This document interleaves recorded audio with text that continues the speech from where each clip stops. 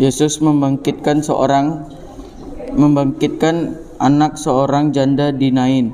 Kemudian Yesus pergi ke suatu kota yang bernama Nain. Murid-muridnya pergi bersama-sama dengan dia, dan juga orang banyak menyertainya berbondong-bondong. Setelah ia dekat pintu gerbang kota, ada orang mati diusung keluar, anak laki-laki, anak tunggal ibunya yang sudah janda, dan banyak orang dari kota itu menyertai janda itu.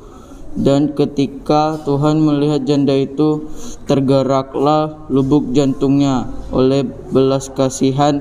Lalu ia berkata kepadanya, "Jangan menangis."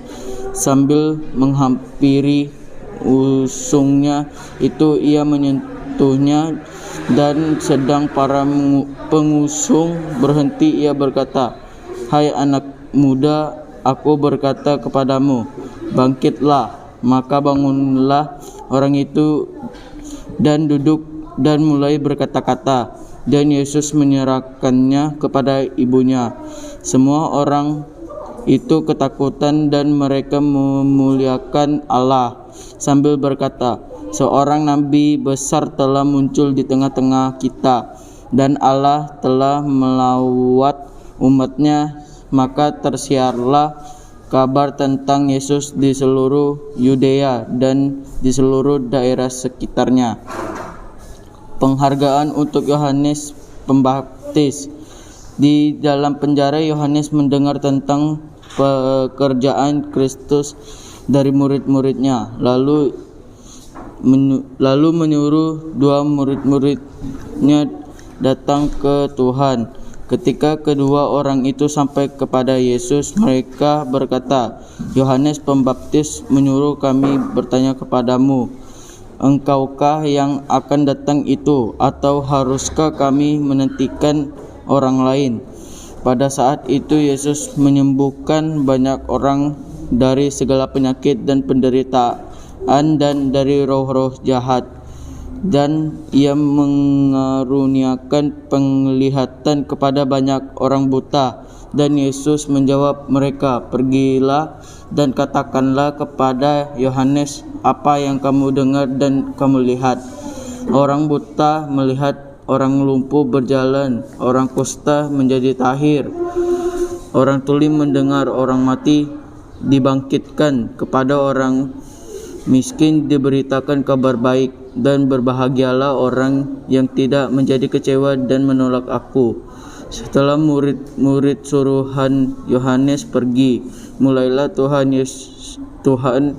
berbicara kepada orang banyak itu tentang Yohanes. "Untuk apakah kamu pergi ke padang gurun melihat bulu yang digoyangkan angin kian kemari? Atau untuk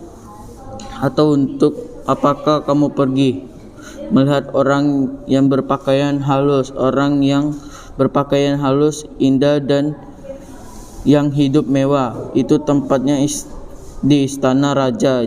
Untuk apakah kamu pergi melihat nabi? Benar, dan aku raja. Jadi untuk apakah kamu pergi melihat nabi? Benar, dan aku raja. Jadi untuk apakah kamu pergi melihat nabi? Benar, aku berkata kepadamu, bahkan lebih daripada nabi. Karena tentang dia ada ditulis, 'Lihatlah, aku menyuruh utusanku mendahului engkau. Ia akan mempersiapkan jalanmu di hadapanmu.' Aku berkata kepadamu, sesungguhnya di antara mereka yang dilahirkan oleh perempuan tidak pernah tampil seorang yang lebih besar daripada Yohanes Pembaptis. Namun seorang terkecil dalam kerajaan sorga lebih besar daripadanya. Sejak tampilnya Yohanes Pembaptis hingga sekarang, kerajaan sorga diserong, dan orang yang menyerongnya mencoba menguasainya. Sebab semua nabi dan kitab Taurat bernubuat hingga tampilnya Yohanes.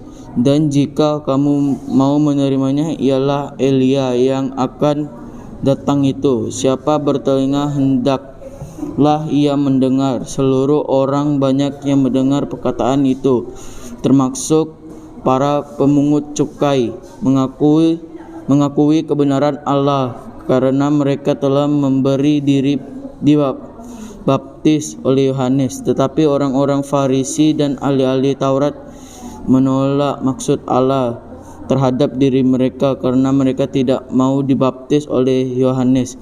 Kata Yesus, dengan apakah akan kuumpamakan orang-orang dari angkatan ini, dan dengan apakah mereka disamakan?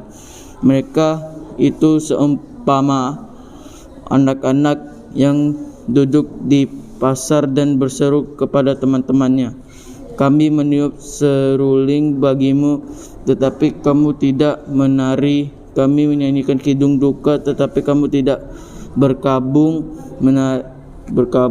tidak menangis. Karena Yohanes Pembaptis datang, ia tidak makan roti dan tidak minum anggur, dan mereka berkata, ia kerasukan setan. Kemudian Putra Manusia datang, ia makan dan minum, dan mereka berkata, lihatlah, ia orang pelahap dan peminum, sahabat pemungut cukai dan orang berdosa. Tetapi hikmat Allah